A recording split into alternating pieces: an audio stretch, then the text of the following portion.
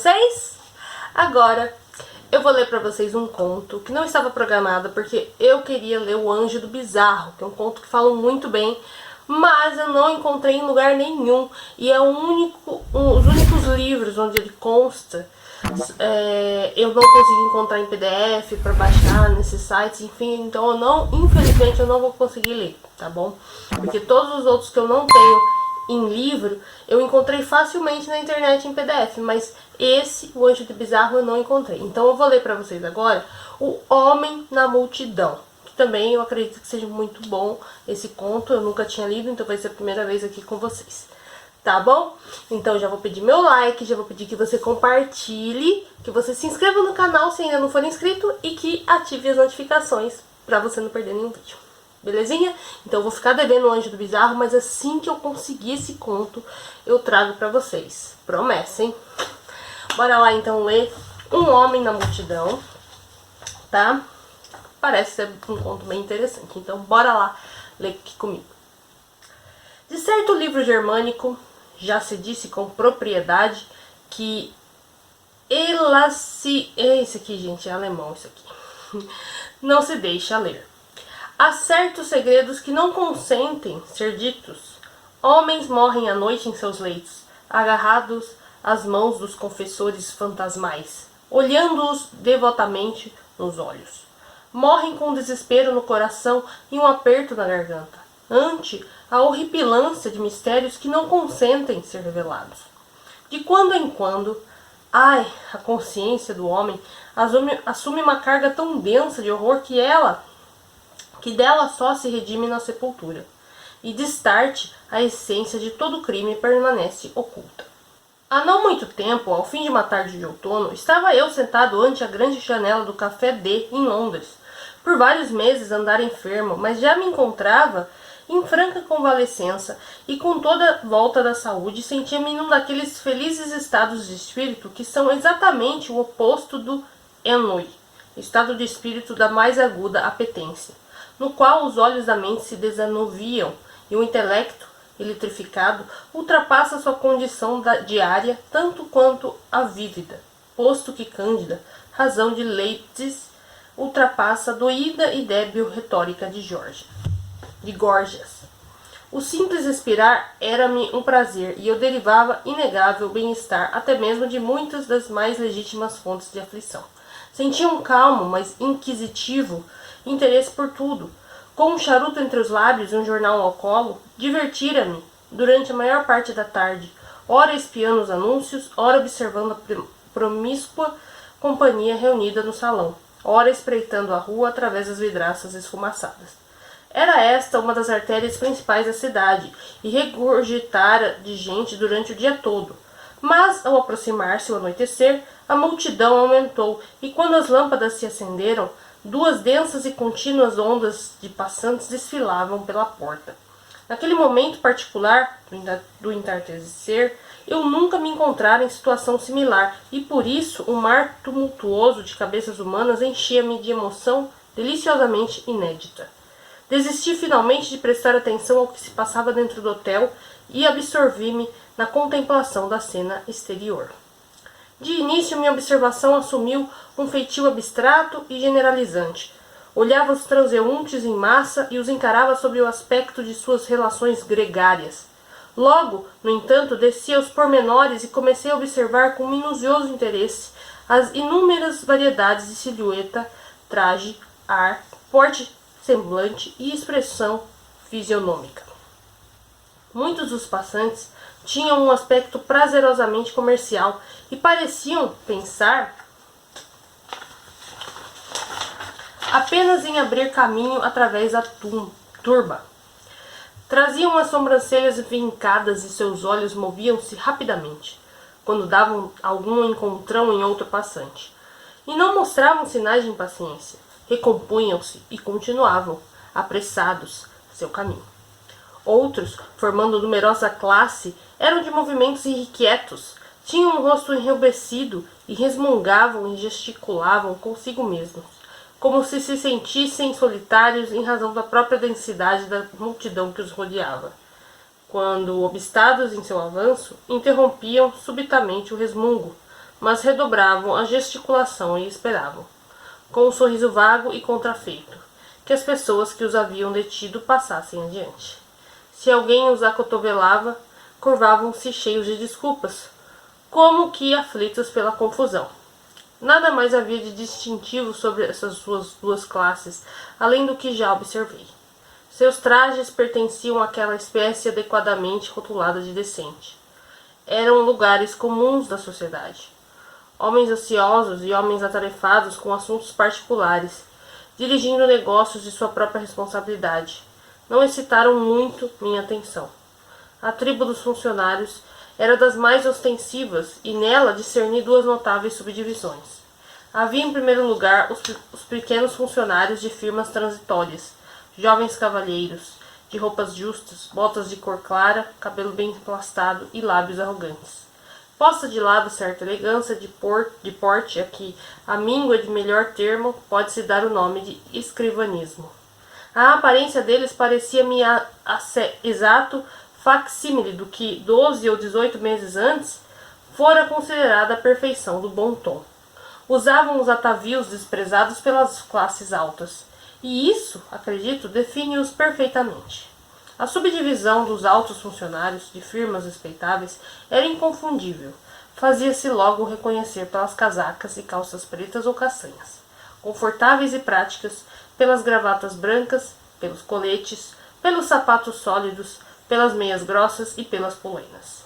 Tinham todos a cabeça ligeiramente calva e a ponta da orelha direita amassada, devido ao hábito de ali prenderem caneta. Observei que usavam também ambas as mãos para porem ou tirarem o chapéu, e que traziam relógios com curtas correntes de ouro maciço, de modelo antigo. A deles era a afetação da respeitabilidade, se é que existe verdadeiramente afetação tão honrosa. Havia muitos indivíduos de aparência ousada, característica da raça dos batedores de carteiras, que infesta todas as grandes cidades.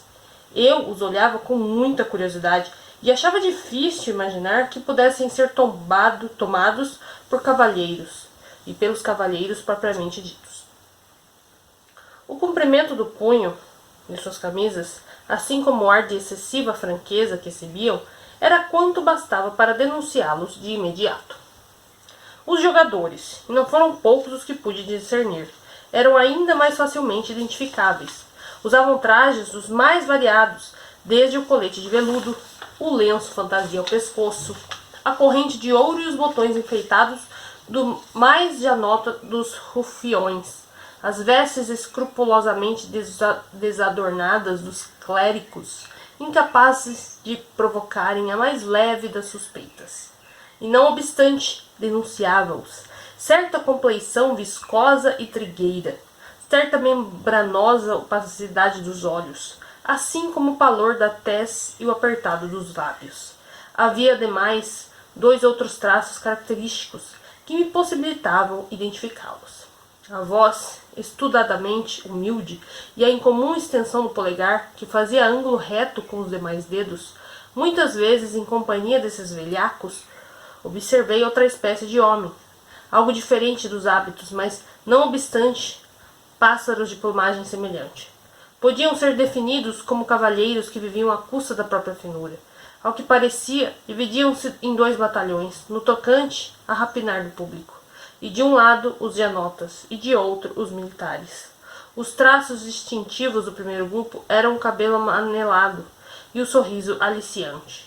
O segundo grupo caracterizava-se pelo semblante acarrancudo e pela casaca de alamares. Descendo na escala do que se chama agente do bem, encontrei alvos para as especulações mais profundas e mais sombrias. Vi judeus bufarinhentos, com olhos de falcão cintilando, num semblante onde tudo o mais era abjeta humildade, atrevidos mendigos profissionais, hostilizando mendicantes de melhor aparência, a quem somente o desespero levara a recorrer à caridade noturna. Débeis e cadavéricos, inválidos, sobre os quais a morte já estendera sua garra, esgueiravam-se pela multidão, olhando implorantes as faces do que passaram, como se em busca de qualquer consolação ocasional, de qualquer esperança perdida, mocinhas modestas voltando para os seus lares taciturnos, após um longo e exaustivo dia de trabalho, e furtando-se das mais chorosas e indignadas, aos olhares cupidos dos rufiões, cujo contato direto, não obstante, não podiam evitar, mundanas de toda sorte e de toda idade, a inequívoca beleza no auge da feminilidade, lembrando a estátua de Luciano, feita de mármore de Paros, mas cheia de imundícies em seu interior. A repugnante e desarvorada leprosa vestida de trapos, a velhota cheia de rugas e de joias, exageradamente pintada num derradeiro esforço por parecer jovem. A menina de formas ainda imaturas, mas que, mediante longa associação, já se fizera adepta das terríveis coqueterias próprias de seu ofício, e ardia de inveja por igualar-se no vício às suas colegas mais idosas, bêbados, inúmeros e indescritíveis, uns esfarrapados, cambaleando inarticulados, o rosto contundido e os olhos vidrados, outros, de trajes encebados, algo fanfarrões, lábios grossos e sensuais, a face apopleticamente rubicunda, outros ainda trajando roupas que em tempos passados haviam sido elegantes e que ainda agora mantinham escrupulosamente escovadas, homens que caminhavam com passo firme, mas cujo semblante se mostrava medonhamente pálido, cujos olhos estavam congestionados e cujos dedos trêmulos se agarravam enquanto abriam caminho por entre a multidão, a qualquer objeto que lhes estivesse ao alcance. Além desses todos, carregadores de anúncios, moços de frete, varredores, tocadores de realejo, domadores de macacos ensinados, cantores de rua, camelôs, artesãos, esfarrapados e trabalhadores exaustos, das mais variadas espécies, e tudo isso cheio de bulha e desordenada vivacidade, ferindo-nos dissonantemente os ouvidos e provocando-nos uma sensação dolorida nos olhos. Conforme a noite avançava, progredia meu interesse pela cena. Não apenas o caráter geral da multidão se alterava materialmente. Seus aspectos mais gentis desapareciam com a retirada da porção mais ordeira da turba. E seus aspectos mais grosseiros emergiam com maior relevo, porquanto a hora tardia arrancava de seus antros todas as espécies de infâmias. Mas a luz dos lampiões a gás, débil de início, na sua luta contra o dia agonizante, tinha por fim conquistado ascendência, pondo nas coisas um lustro trêmulo e vistoso. Tudo era negro, mas esplêndido, como aquele ébano ao qual tem sido comparado o estilo de Tertuliano. Os fanáticos efeitos de luz levaram-me ao exame das faces individuais, e embora a rapidez com que o mundo iluminado desfilava diante da janela me proibisse lançar mais que uma olhadela furtiva a cada rosto, parecia-me, não obstante, que no meu peculiar estado de espírito podia eu ler frequentemente, mesmo no breve intervalo de um olhar, a história de longos anos. Com a testa encostada no vidro, estava eu distarte, ocupado em examinar a turba, quando subitamente deparei com um semblante, o de um velho decrépito, de uns 65 a 70 anos de idade. Um semblante que de imediato se impôs fortemente à minha atenção, dada a absoluta idiosincrasia de sua expressão. Nunca vira qualquer coisa que se lhe assemelhasse, e nem de longe. Lembro-me bem que meu primeiro pensamento ao vê-lo foi que tivesse o conhecido Hetst. Não haveria de querer outro modelo para suas encarnações pictóricas do demônio. Enquanto tentava, durante o breve minuto em que durou esse primeiro exame, analisar o significado que sugeria, nasceram de modo confuso e paradoxal em meu espírito as ideias de vasto poder mental, de cautela, de indigência, de avareza, de frieza, de malícia, de ardor sanguinário, de triunfo, de jovialidade, de excessivo terror e de intenso e supremo desespero. Senti-me singularmente exaltado, surpreendido, fascinado. Que extraordinária história, disse a mim mesmo, não estará escrita naquele peito. Veio-me então o imperioso desejo de manter o homem sobre as minhas vistas, de saber sobre mais sobre ele. Vestia apressadamente o sobretudo e, agarrando o chapéu e a bengala, saí para a rua e abri caminho por entre a turba em direção ao local em que havia visto desaparecer. Pois, a essa altura, ele já sumira de vista. Ao cabo de algumas pequenas dificuldades, consegui por fim divisá-lo e aproximar-me dele e segui-lo de perto, embora com cautela e de modo a não lhe atrair a atenção. Tinha agora uma boa oportunidade para examinar-lhe a figura. Era de pequena estatura, meio esguio de corpo e aparentemente muito débil. Suas roupas eram de modo geral sujas e esfarrapadas, mas quando ele passava, ocasionalmente, sobre algum foco de luz, eu podia perceber que o linho que trajava, malgrado a sujeira, era de fina textura e, a menos que minha visão houvesse me enganado, tive um relance, através de uma fresta da Roquelaire, evidentemente de segunda mão, que ele trazia abotoada de cima a baixo, de um diamante e de uma adaga. Essas observações aguçaram a minha curiosidade e decidi me acompanhar o estranho até onde quer que ele fosse. Era já noite fechada, e uma neblina úmida e espessa, que logo se agravou em chuva pesada, amortalhava a cidade. Essa mudança de clima teve um bizarro efeito sobre a multidão, que logo foi presa de nova agitação e se abrigou sobre um mundo de guarda-chuvas. A agitação, os encontrões e o zum-zum decuplicaram, e de minha parte não liguei muito para a chuva. Uma velha febre latente em meu organismo fazia com que eu recebesse com prazer algo temerário. Amarrando um lenço à boca, continuei a andar. Durante meia hora, o velho prosseguiu seu caminho com dificuldade ao longo da grande avenida. Eu caminhava grudado a seus calcanhares, com medo de perdê-lo de vista. Como nunca voltou a cabeça para trás, não se deu conta da minha perseguição. A certa altura, meteu-se por uma travessa que, embora repleta de gente, não estava tão congestionada quanto a avenida que abandonara. Evidenciou-se então uma mudança no seu procedimento. Caminhava agora mais lentamente e menos intencionalmente do que antes. Com maior hesitação, dir-se-ia. Atravessou e tomou a atravessar a rua, repetidas vezes, sem propósito aparente. E a multidão era ainda tão espessa que a cada movimento seu, eu era obrigado a segui-lo bem de perto. A rua era longa e apertada, e ele caminhou por ela cerca de uma hora. Durante esse tempo, o número de transeuntes havia gradualmente decrescido para aquele que é ordinariamente visto à noite na Broadway, nas proximidades do parque. Tão grande a diferença entre a populaça de Londres e a da mais populosa das cidades americanas. Um desvio de rota levou-nos a uma praça brilhantemente iluminada e transbordante de vida. As antigas maneiras do estranho voltaram a aparecer. O queixo caiu-lhe sobre o peito enquanto seus olhos se moviam, inquietos, sob os senhos franzidos em todas as direções, espreitando os que o acossavam. Abriu caminho por entre a multidão com firmeza e perseverança. Surpreendi-me ao ver que, tendo completado o circuito da praça, ele voltava e retomava o itinerário que mal acabara de completar. Mais atônico ainda fiquei ao vê-lo repetir o mesmo circuito diversas vezes. Quase que deu comigo, certa vez em que se voltou com um movimento brusco.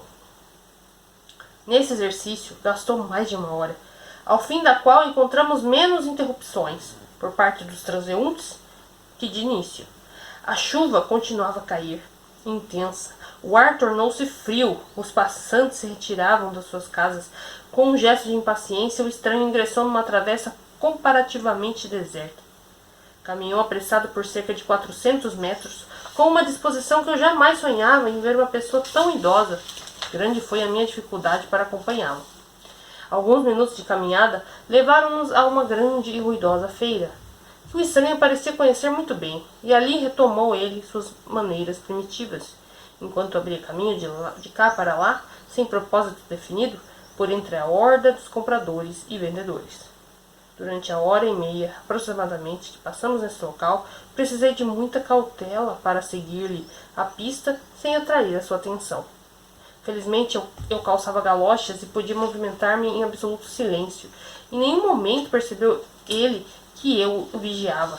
Entrou em loja após loja, não perguntava o preço de artigo algum e nem dizia qualquer palavra, mas limitava-se a olhar todos os objetos com um olhar desolado, despido de qualquer expressão. Eu estava profundamente intrigado com seu modo de agir e firmemente decidido a não me separar dele, antes de estar satisfeita. Até certo ponto, minha curiosidade a seu respeito. Um relógio bateu 11 sonoras badaladas, e a feira começou a despovoar-se rapidamente. Um lojista, ao fechar um postigo, deu um esbarrão no velho e no mesmo instante viu um estremecimento percorrer-lhe o corpo. Saiu apressadamente para a rua e por um momento olhou ansioso à volta de si.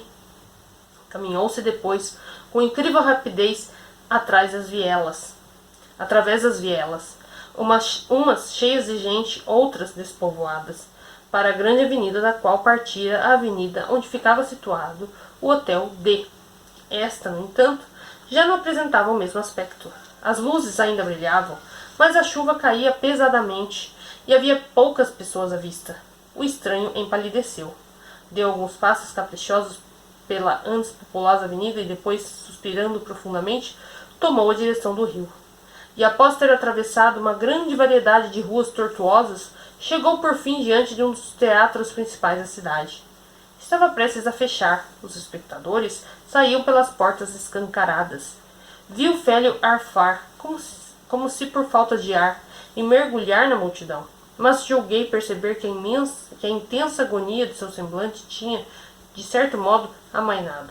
A cabeça caiu-lhe sobre o peito novamente, como quando eu o vira pela primeira vez.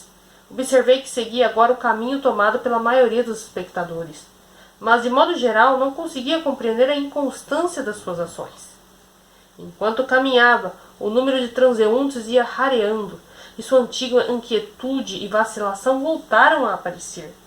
E durante algum tempo acompanhou de perto um grupo de 10 ou 12 valentões, mas o grupo foi diminuindo aos poucos até que ficaram apenas 3 dos componentes, numa ruazinha estreita, melancólica, pouco frequentada.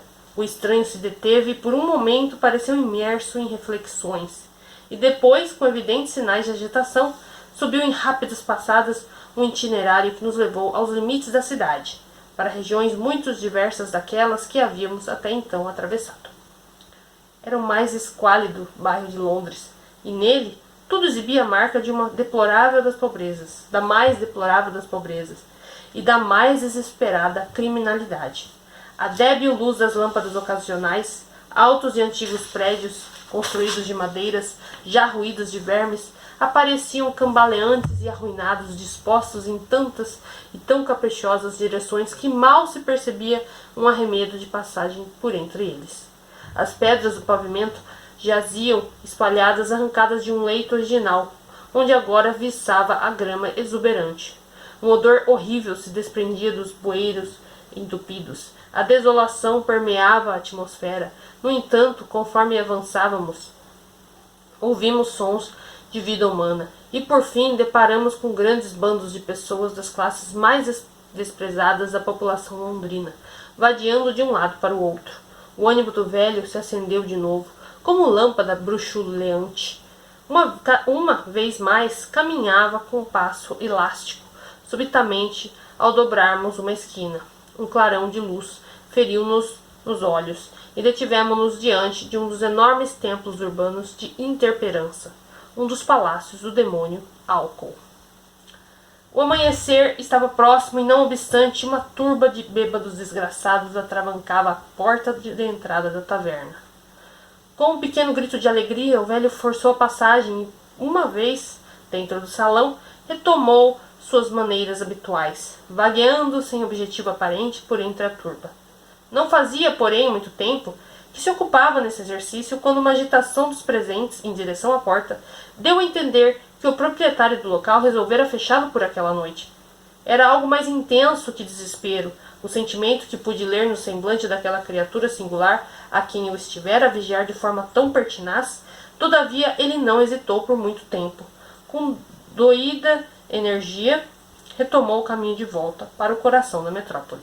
Caminhava com passadas longas e rápidas enquanto eu o seguia, cheio de espanto, mas decidido. a não abandonar um escrutínio pelo qual sentia agora o mais intenso dos interesses. Enquanto caminhávamos, o sol nasceu, e quando alcançamos novamente o mais populoso mercado da cidade, a rua do Hotel D, apresentava ela uma aparência de alvoroço e atividade muito pouco inferior àquela que eu presenciara na véspera. E ali, entre a confusão que crescia a cada momento, persisti na perseguição ao estranho. Ele, porém, como de costume, limitava-se a caminhar de cá para lá, e durante o dia todo não abandonou o turbilhão da avenida. Quando se aproximaram as trevas da segunda noite, aborreci-me mortalmente, e detendo-me bem em frente do velho, olhei-me fixamente o rosto. Ele não deu conta de mim. Continuou a andar, enquanto eu, desistindo da perseguição, perdi-me em pensamentos, vendo-o afastar-se. Esse velho, disse comigo por fim, é o tipo e o gênio do crime profundo. Recusa-se a estar só. É o homem da multidão. Será escusado segui-lo. Nada mais saberei a seu respeito ou a respeito de seus atos. O mais cruel coração do mundo. É livro mais repulsivo que o Hortulus Animae. E talvez seja uma das mercês de Deus, que é Las sich nicht lassen. Acho que é assim que fala. Em alemão.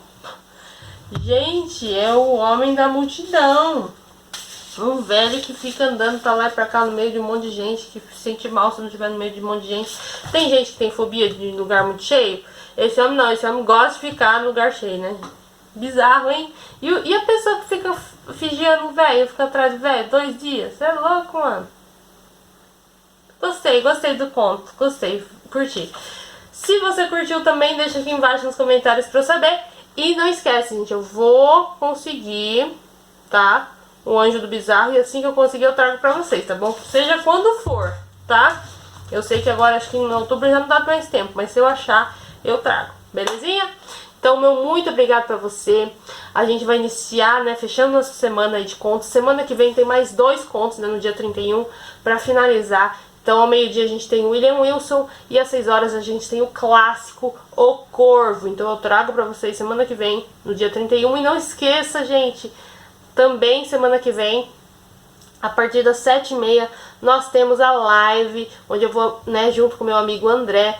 Esse vai ser meu convidado aqui. A gente vai trazer a história, a origem do Halloween e também várias coisas legais. A gente vai discutir aí sobre o tema, né, o gênero horror. Vamos trazer ali alguns autores, algumas obras e vamos debater aí. Você participa da live, tá bom?